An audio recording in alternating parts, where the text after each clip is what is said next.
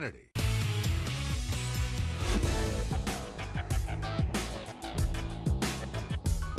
Covering Washington is like drinking from a fire hose because it comes nonstop. It is flowing. I want you to listen to me. I'm going to say this again. I did not have sexual relations with that woman.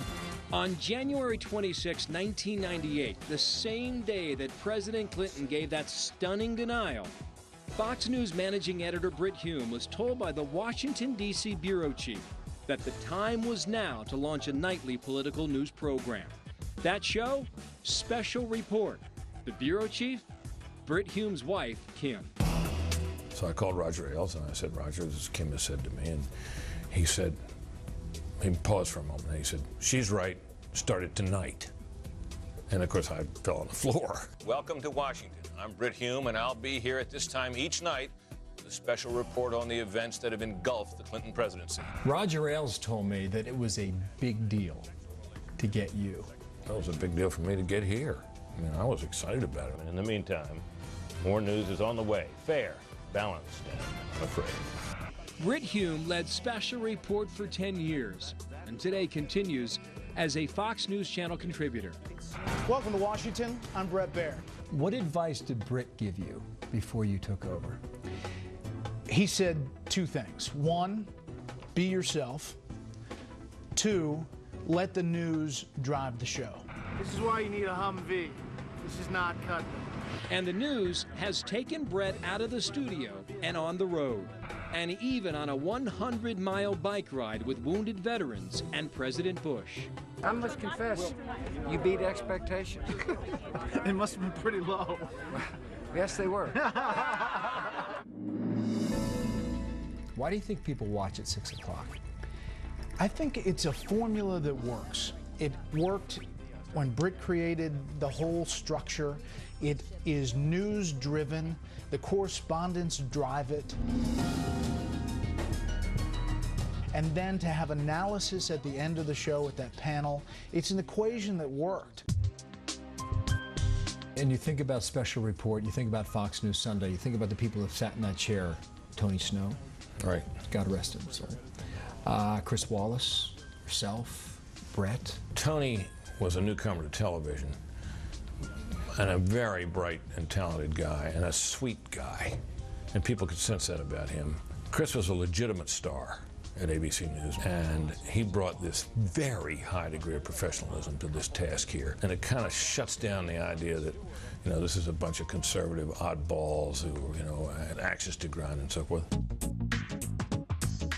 Fair and balanced is the Fox motto in our coverage, in our reporting, in our questioning. How do you respond to people who say that your campaign has been a mess so far?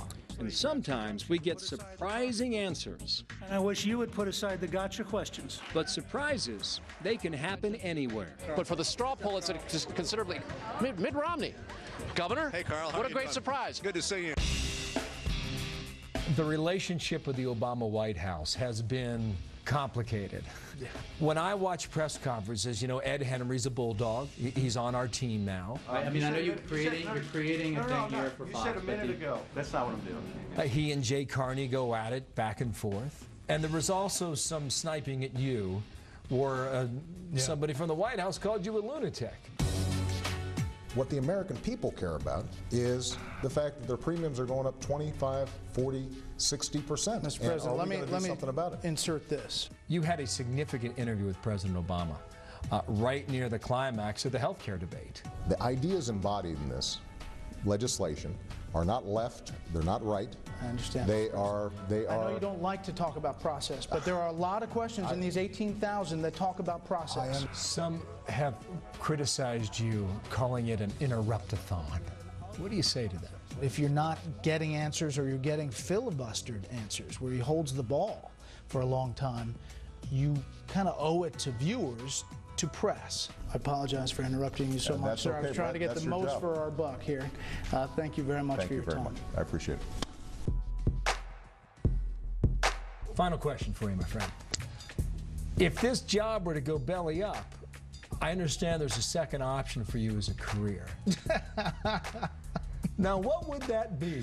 Oh, I don't know.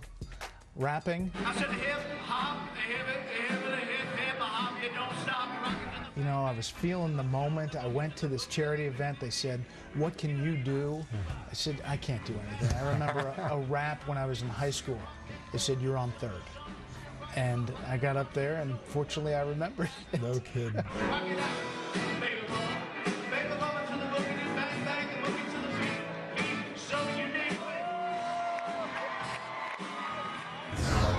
Bret Baier joined Fox News a couple of years after the launch. In fact, he started the Atlanta bureau in his apartment with just a phone and a fax machine. But 14 anchors and correspondents have been here from the beginning. Who was the first on-air talent to be hired for Fox News? That answer after the break. And coming up, Sean Hannity lets freedom ring. Do we want to be a freedom society, or do we want to be a nanny state, cradle to grave,